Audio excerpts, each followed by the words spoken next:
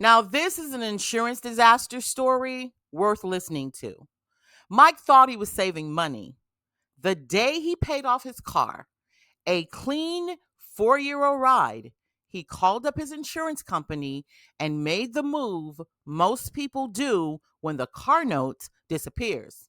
He dropped comprehensive coverage, canceled roadside assistance, and ditched rental coverage as well. Why?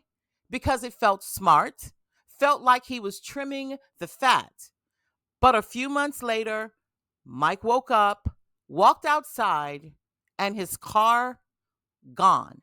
Just broken glass in the driveway. That's it. No clues, no car. So now Mike's out there making calls to the police, his insurance company, but here comes the gut punch. Sir, your policy no longer includes comprehensive coverage. Theft isn't covered. So, collision and comprehensive are optional coverages if there's no lien holder on your vehicle and if you own the vehicle free and clear.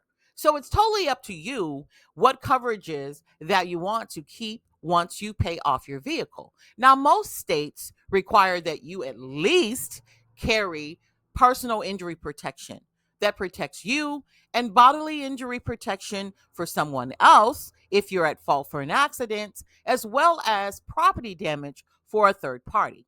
Now, comprehensive coverage covers things like theft, vandalism, fire, flood, flying objects, natural disasters, and collision with an animal. Basically, all the random bad luck stuff. It doesn't matter how careful you are behind the wheel. If your car is stolen, keyed, flooded, or wrecked in a hailstorm, comprehensive is the only one talking back. And here's the real kicker, it's usually not even that expensive. Out of your auto coverages, comprehensive coverage is typically one of the more affordable coverages. See, this is why education regarding claims and insurance is key. Mike didn't know that, or maybe he thought he could risk it. Either way, he paid off the car and dropped the protection. But the moment that car vanished, so did his coverage. No check, no rental, no help. And the thief, not only did they take his car, they slammed it into a parked car, knocked down a sign, and kept driving. Who pays for all of that?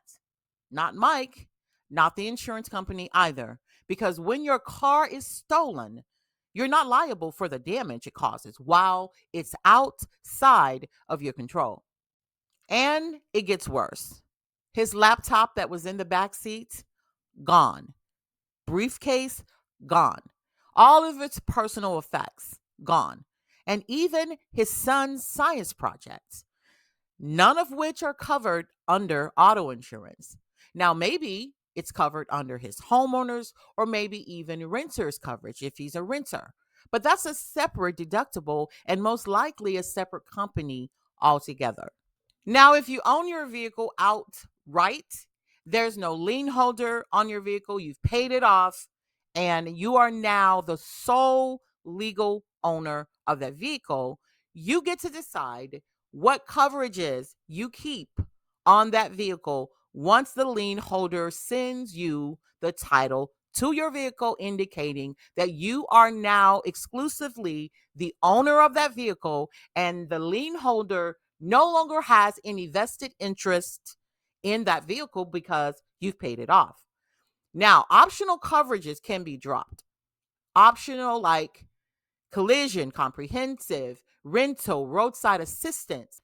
But you need to do the math to determine if you should keep the coverages or not. Now, that's another video altogether. But regarding Mike's story, he dropped his comprehensive coverage. Comprehensive coverage that would have covered theft, vandalism, fire, flooding, hail, and collision with an animal. So, by dropping this coverage, it was a gamble, one that he had come to regret. So, what's the takeaway? Well, ask yourself this question. If your car's value is less than what you have saved, maybe you can afford to risk it. That's totally up to you. But if you don't have $20,000 sitting in your bank account to replace your car tomorrow, then don't drop collision or comprehensive once you've paid off your vehicle. And here's something else to consider.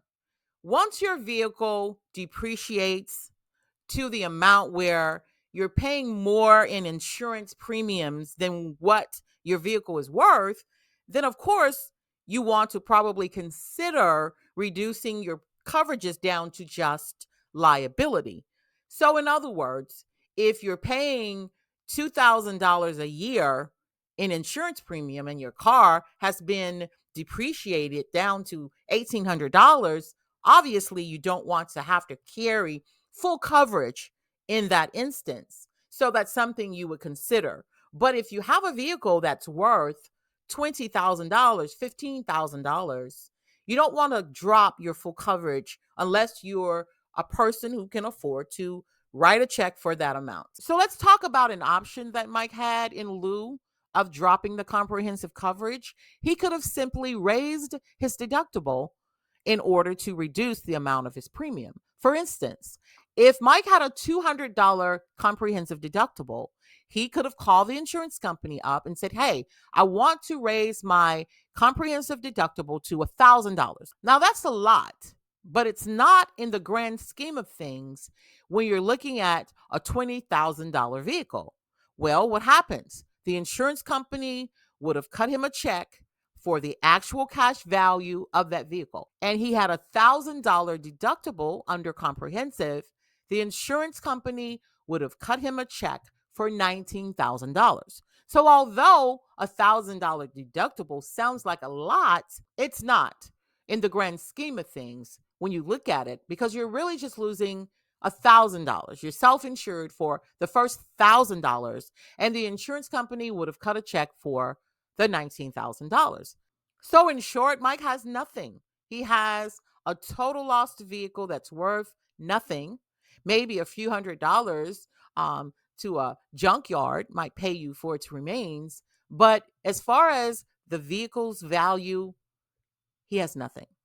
All because he dropped his comprehensive coverage. So what's the whisperer takeaway? Well, Mike had options, but he didn't know what he didn't know.